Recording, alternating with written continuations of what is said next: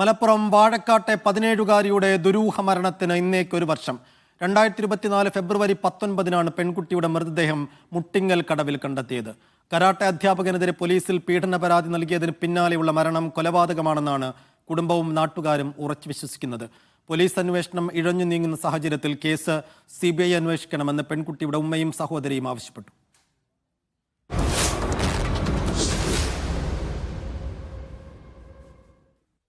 ഉറച്ച് വിശ്വസിക്കുകയാണ് എൻ്റെ മകൾ ആത്മഹത്യ ചെയ്തതല്ല, കൊലപാതകമാണ്. അപ്പോൾ ആ കൊലപാതകത്തിന് പിന്നിലുള്ള ആൾക്കാരാരാണെന്ന് കണ്ടുകിട്ടുന്നതിന് വേണ്ടി നല്ലൊരു അന്വേഷണം, ഒരു CBI അന്വേഷണം വേണമെന്നാണ് കുടുംബം എന്നുള്ള നിലക്കും ഉമ്മ എന്നുള്ള നിലക്കും ഞാൻ നിങ്ങളോട് ആവശ്യപ്പെടുന്നത്.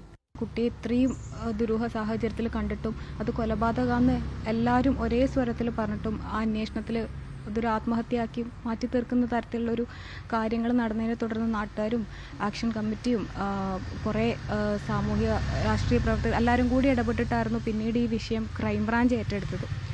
ക്രൈംബ്രാഞ്ച് ഏറ്റെടുത്തിട്ട് ഇപ്പം കുട്ടി മരിച്ച് ഏകദേശം 1 മാസം കഴിഞ്ഞുടൻ തന്നെ ഈ കേസ് ക്രൈംബ്രാഞ്ച് ഏറ്റെടുത്തിട്ടുണ്ടായി. പക്ഷേ ഈ വിഷയത്തിൽ കാര്യമായ പുരോഗതി ഒന്നും ഉണ്ടായിട്ടില്ല എന്നുള്ളതാണ്. വാഴക്കാട്ടെ 17-കാരിയുടെ ദുരൂഹ മരണത്തിൽ CBI അന്വേഷണം ശുപാർശ ചെയ്ത ബാലാവകാശ കമ്മീഷൻ പോലീസിന്റെ കണ്ടെത്തലുകളിൽ വൈരുദ്ധ്യമുണ്ടെന്ന് ബാലാവകാശ കമ്മീഷൻ നിരീക്ഷിച്ചു. റിപ്പോർട്ട് നൽകി 5 മാസമായിട്ടും കമ്മീഷന്റെ റിപ്പോർട്ടിന്മേൽ സർക്കാർ ഒരു നടപടിയും സ്വീകരിച്ചിട്ടില്ല.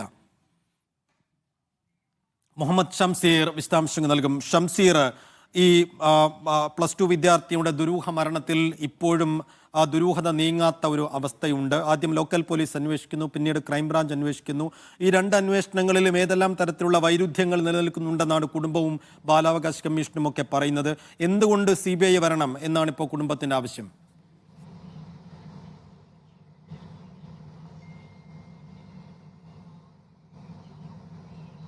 സൈഫു, വാഴക്കാട്ടെ 17-കാരിയുടെ മരണത്തിന് ഇന്നേക്ക് ഒരു വർഷമാവുകയാണ്. കഴിഞ്ഞ വർഷം ഇതേ ദിവസമാണ് വാഴക്കാട് മുട്ടിങ്ങൽ കടവിൽ വെച്ച് പെൺകുട്ടിയുടെ മൃതദേഹം കണ്ടെത്തുന്നത്, ചാലിയാർ പുഴയിൽ വെച്ച്.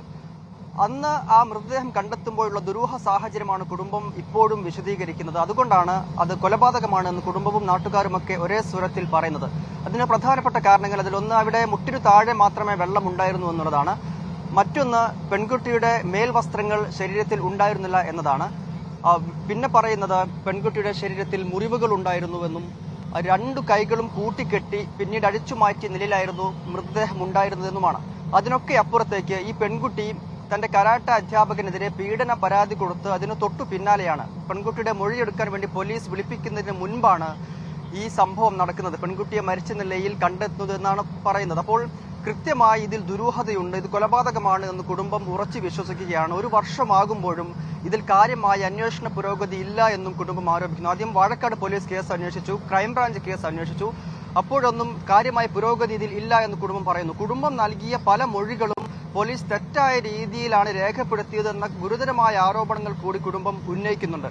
അതേസമയം തന്നെ ബാലാവകാശ കമ്മീഷൻ സർക്കാരിന് കൊടുത്തിരിക്കുന്ന റിപ്പോർട്ട്, ആഭ്യന്തര വകുപ്പിന് കൊടുത്തിരിക്കുന്ന റിപ്പോർട്ട്, ഇതിൽ പോലീസ് അന്വേഷണത്തിൽ പോലീസിന്റെ കണ്ടെത്തലുകളിൽ വൈരുദ്ധ്യമുണ്ട് എന്നും കേസ് CBI അന്വേഷിക്കണമെന്നുമുള്ള റിപ്പോർട്ട് ആഭ്യന്തര വകുപ്പിന് ബാലാവകാശ കമ്മീഷൻ സമർപ്പിച്ചിട്ടുണ്ട്.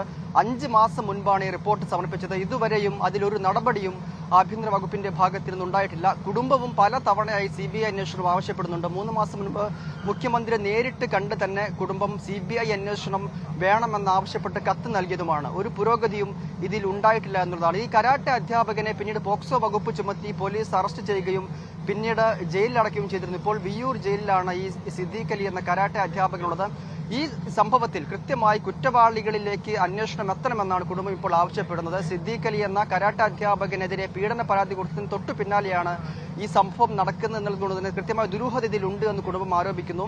ഇതിൽ മറ്റു പലരുടെയും പങ്ക് ഈ സംഭവത്തിൽ ഉണ്ടാകാമെന്നുള്ള കാര്യം കൂടി കുടുംബം സംശയിക്കുന്നുണ്ട്. കാരണം 6:30-നും 7:45-നും ഇടയിലാണ് കുട്ടിയെ കാണാതാകുന്നത്. 1 മണിക്കൂറിന് ശേഷം കുട്ടിയെ ഈ കടവിൽ മരിച്ച നിലയിൽ കണ്ടെത്തുകയാണ്. അപ്പോൾ അവിടെ ഏതായാലും ആത്മഹത്യ ചെയ്യാനുള്ള സാധ്യതയില്ല. ഒരു അപകടത്തിൽപ്പെട്ട്, അതായത് സ്വന്തം നിലയ്ക്ക് ഒരു അപകടത്തിൽപ്പെട്ട് അവിടെ വീണ് മരിക്കാനുള്ള സാധ്യതയും ഇല്ല എന്ന് കുടുംബം ഉറച്ചു വിശ്വസിക്കുന്നു. അതിന് സാഹചര്യ തെളിവുകളുണ്ട്. 2 പേർ ഈ സമയത്ത് ഈ കടവിനടുത്തുകൂടെ നടന്നു പോയത് കണ്ട ദൃക്സാക്ഷികളുമുണ്ട്. ഇങ്ങനെയൊക്കെ തെളിവുകൾ ഉണ്ടായിട്ടും എന്തുകൊണ്ടാണ് കൊലപാതകം തെളിയിക്കാൻ പോലീസിന് കഴിയാത്തതെന്നാണ് കുടുംബം ആവർത്തിച്ച് ചോദിക്കുന്നത്. ഒരു CBI അന്വേഷണത്തിലൂടെ കുറ്റവാളികളെ കണ്ടെത്താൻ കഴിയുമെന്നും അതുവരെ നിയമ പോരാട്ടം തുടരുമെന്നും കുടുംബം പറയുകയാണ്. 22-ാം തീയതി ആക്ഷൻ കമ്മിറ്റിയുടെ നേതൃത്വത്തിൽ അവിടെ ഒരു പ്രതിഷേധ പരിപാടി കൂടി നാട്ടുകാരും ആക്ഷൻ കമ്മിറ്റിയും ഒക്കെ സംഘടിപ്പിച്ചിട്ട് കൂടിയുണ്ട്. നീതിക്ക് വേണ്ടി.